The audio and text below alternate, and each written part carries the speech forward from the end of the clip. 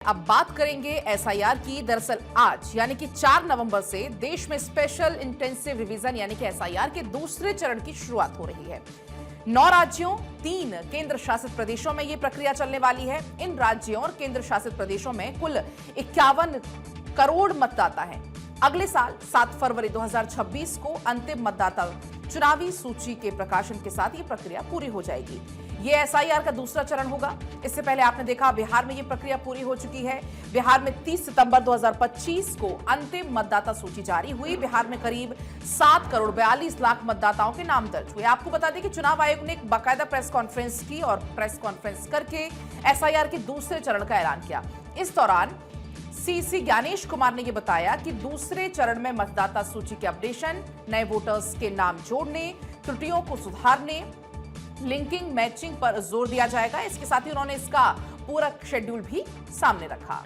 तो वहीं चुनाव आयोग का यह मानना है कि एसआईआर यह सुनिश्चित करेगा कि कोई भी योग्य मतदाता छूट ना जाए और कोई भी अयोग्य मतदाता इस सूची में शामिल ना हो। अधिकांश राज्यों में अंतिम एसआईआर 2002 से 2004 के बीच हुआ था। एसआईआर का उद्देश्य अवैध विदेशी प्रवासियों को उनकी जन्म स्थान की जांच करके बाहर करना है। ये कदम विभिन्न राज्यों में अवैध प्रवासियों, विशेषकर बांग्लादेश और म्यांमार से आने वालों के खिलाफ कार्रवाई के मद्देनजर काफी ज्यादा अहम है। अब किन किन राज्यों में एसआईआर हो रहा है या आज से जिसकी शुरुआत हम कह रहे हैं, उत्तर प्रदेश, मध्य प्रदेश, पश्चिम बंगाल, छत्तीसगढ़, राजस्थान, अंडमान निकोबार, लक्षद्वीप, गोवा, गुजरात, केरल, पुडुचेरी और तमिलनाडु, ये 12 राज्य इसमें शामिल हैं। अब लीगल डॉक्यूमेंट्स कौन से हैं एसआईआर के लिए जो आपको देने होंगे? आप कोई भी डॉक्यूमेंट दे सकते हैं जो अब लिस्ट में आपको बताने जा रही हूं। इनमें से स्थायी निवास प्रमाण पत्र, वन अधिकार प्रमाण पत्र, जाति प्रमाण पत्र, राष्ट्रीय रजिस्टर में नाम, परिवार रजिस्टर में नाम, जमीन या फिर मकान आवंटन पत्र आपके पास होना चाहिए या आधार कार्ड होना चाहिए, पेंशन पहचान पत्र, किसी सरकारी विभाग का पहचान पत्र हो सकता है या फिर जन्म प्रमाण पत्र और पासपोर्ट। ये वो डॉक्यूमेंट्स हैं। अब एसआईआर का विरोध जो हो रहा है जरा आप समझिए किस तरीके से। सड़क से लेकर सुप्रीम कोर्ट तक विरोध हो रहा है। टीएमसी कोलकाता में विरोध मार्च निकालेगी। ममता बनर्जी करेंगी विरोध मार्च की अगुवाई। तो वहीं डीएमके ने सुप्रीम कोर्ट में एसआईआर को लेकर याचिका दाखिल की है और इस प्रक्रिया का मकसद 80 वोटर्स को हटाना है, ये स्टालिन की तरफ से कहा गया। आज से वोटर लिस्ट समीक्षा का अभियान भले ही शुरू हो रहा है, लेकिन बिहार की तरह बंगाल, तमिलनाडु जैसे विपक्ष शासित राज्यों में भी एसआईआर को लेकर सड़क से लेकर सुप्रीम कोर्ट तक विरोध तेज हो गया है। बंगाल में टीएमसी आज कोलकाता में एक मार्च निकालेगी जिसकी अगुवाई बंगाल की मुख्यमंत्री ममता बनर्जी करेंगी। तमिलनाडु में सत्तारूढ़ डीएमके ने सुप्रीम कोर्ट में एसआईआर को लेकर याचिका दाखिल की है। स्टालिन का यह आरोप है कि इस प्रक्रिया का मकसद 80 वोटर्स को हटाना है, खासकर वो वोटर्स जो बीजेपी का विरोध करने वाले माने जाते हैं। राज्य में होने वाले विधानसभा चुनाव से पहले उनको हटाने की साजिश रची जा रही है। और इस वक्त हमारे सहयोगी जुड़ चुके हैं हमारे साथ। नीलेश चौहान लखनऊ से हमारे साथ जुड़ चुके हैं, साजिद मेवाती नोएडा से जुड़ चुके हैं, मौलिक इस वक्त अहमदाबाद से जुड़ चुके हैं, सुभाष हमारे साथ कोलकाता से जुड़ चुके हैं। उनसे भी हम बात करेंगे, लेकिन सबसे पहले नीलेश मैं आप ही के पास आ रही हूँ। 12 ऐसे राज्य हैं, कोई 1, 2, 3, 4 नहीं बल्कि पूरे 12 राज्य है जहां पर आज से एसआईआर का जो प्रोसेस है वो शुरू होगा। अगर हम बात उत्तर प्रदेश की करें तो बताइए कैसे तैयारियां नजर आ रही है?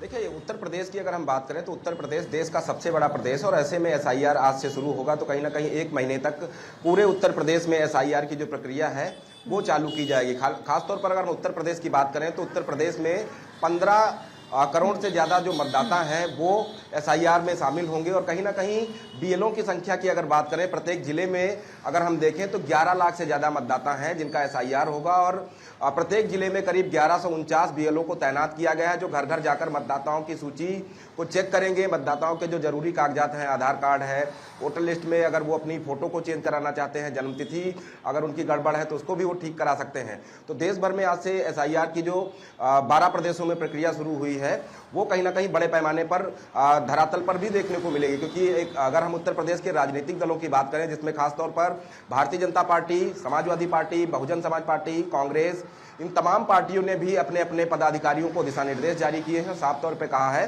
कि जब भी एसआईआर होगा तो वो वहां पर मौजूद रहें और अपने मतदाताओं की हर एक जानकारी के साथ जो है कागज मुहैया कराएं, ताकि कोई भी मतदाता एसआईआर से छूटना ना पाए।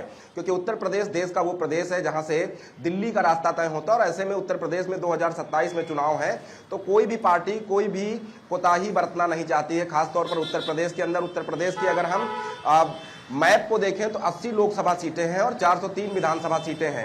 तो ये दर्शाती हैं कि किस तरीके से उत्तर प्रदेश की जनता को जो है एसआईआर में शामिल कराना होगा, और जिनके नाम छूटे हैं उनको भी मतदाता सूची में दर्ज कराना होगा, जिसको लेकर बीएलओ प्रत्येक घर में जाएंगे और घर में जाकर निरीक्षण भी किया जाएगा कि कितने लोग हैं, किन किन लोगों का सूची में नाम है, क्या उनके नाम दो ग्राम पंचायतों में तो दर्ज नहीं है, 2 विधानसभाओं में तो दर्ज नहीं है। और ऐसे में अगर किसी का भी नाम 2 ग्राम पंचायतों में या 2 से अधिक विधानसभाओं में दर्ज होगा तो उनका नाम भी काटने का काम किया जाएगा। क्योंकि इसी को लेकर देश भर में राजनीति हुई है और अब उत्तर प्रदेश की बारी है। उत्तर प्रदेश में बड़े पैमाने पर सभी राजनीतिक दलों ने तैयारियां की हैं। वहीं इलेक्शन कमीशन की अगर बात करें तो इलेक्शन कमीशन भी पूरी तरीके से तैयार है। आज से उत्तर प्रदेश के 75 जिलों में जो है एसआईआर की प्रक्रिया शुरू हो जाएगी। तो ये अपने आप में 1 महीने तक चलने वाला बड़ा अभियान है। और इस अभियान की अगर बात करें तो अभियान के कुछ ही माह के बाद उत्तर प्रदेश में पंचायत चुनाव होने हैं। तो एसआईआर काफी महत्वपूर्ण हो जाता है, क्योंकि जिस तरीके से हमने बिहार में देखा, अब उत्तर प्रदेश की बारी है।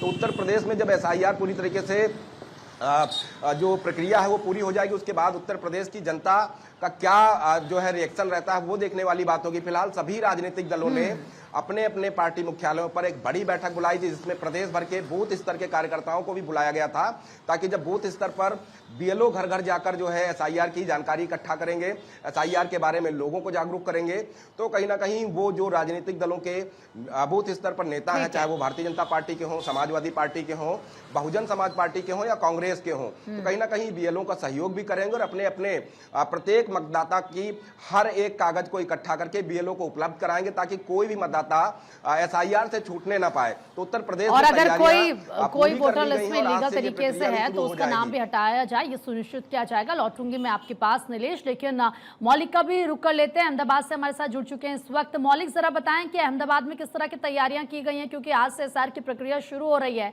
तो वहां पर लोगों को कैसे बताया जा रहा है इसके बारे में?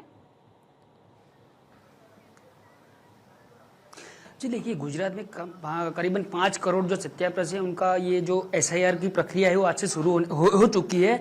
इनमें बीडीओ यानी कि बूथ लेवल ऑफिसर जो घर घर जाकर फॉर्म बांटेंगे। इसमें आपको जो है आपकी जन्म तिथि, आधार नंबर, आपके माता पिता का नाम या आपके जीवन साथी का नाम वो फॉर्म में जमा करवाना पड़ेगा। करीबन जो है ये फॉर्म जो 7 नवंबर तक जमा करना पड़ेगा, जमा कर दिया जाएगा और जो 7 फरवरी को है इनकी फाइनल सूची जो जाहिर की जाएगी।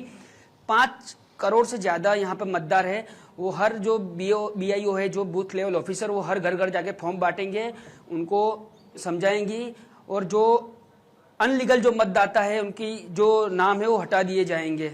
उनकी प्रक्रिया जो आज से शुरू की गई है। जी बिल्कुल ठीक है, आपके पास आएंगे, लेकिन साजिद का भी रुख कर लेते हैं, हमारे साथ जुड़े हुए नोएडा से। साजिद, जाहिर सी बात है एसआईआर की जो प्रक्रिया शुरू हो रही है इसके पीछे का यही कोशिश है कि जो इलीगल तरीके से रह रहे हैं लोग, खास तौर पर वो चाहे म्यांमार के हों, वो बांग्लादेश के हों, उनको बाहर करना।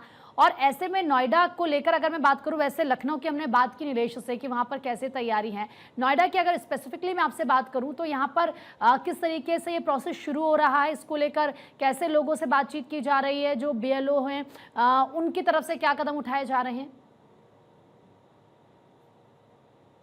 देखिए, नोएडा के जिला प्रशासन ने पहले ही बीएलओ के साथ बैठक की है और आज से ये प्रक्रिया शुरू हो गई है। और नोएडा और ग्रेटर नोएडा में काफी संख्या में लोग बाहर के रहते हैं, अलग अलग राज्य के। कई बार यहाँ पर बांग्लादेशियों को लेकर भी अभियान चलाए जाते हैं। तो कहीं ना कहीं जो चुनाव आयोग है उसकी कोशिश है कि जो बांग्लादेश और म्यांमार के अवैध रूप से यहाँ पर रह रहे हैं, कहीं उनका वोटर लिस्ट में तो नाम नहीं है, उसको लेकर एसआईआर पर ज्यादा जोर है।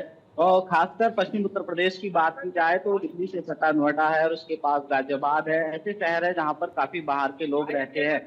कई बार ऐसा होता है कि यहाँ पर भी वोटिंग होती है उनके द्वारा, और जहाँ पर अन्य जगह पर रहते हैं वहाँ पर भी वोटिंग होती है। तो चुनाव आयोग का ये कोशिश है कि सही वोटिंग की जाए और एक मतदाता एक ही वोट करे, यानी कि फर्जी तरीके से वोटिंग ना हो, इसको लेकर पूरी प्रक्रिया की जाएगी। इसके लिए डॉक्यूमेंट्स मांगे जाएंगे, जन्म प्रमाण पत्र हो, जाति प्रमाण पत्र हो, ऐसे कागजात जो उनको दर्शाते हो कि उनका जन्म भारत में हुआ है, उनकी नागरिकता भारत की है। ऐसे लोगों को चिन्हित करके उनकी पूरी सूची बनाई जाएगी।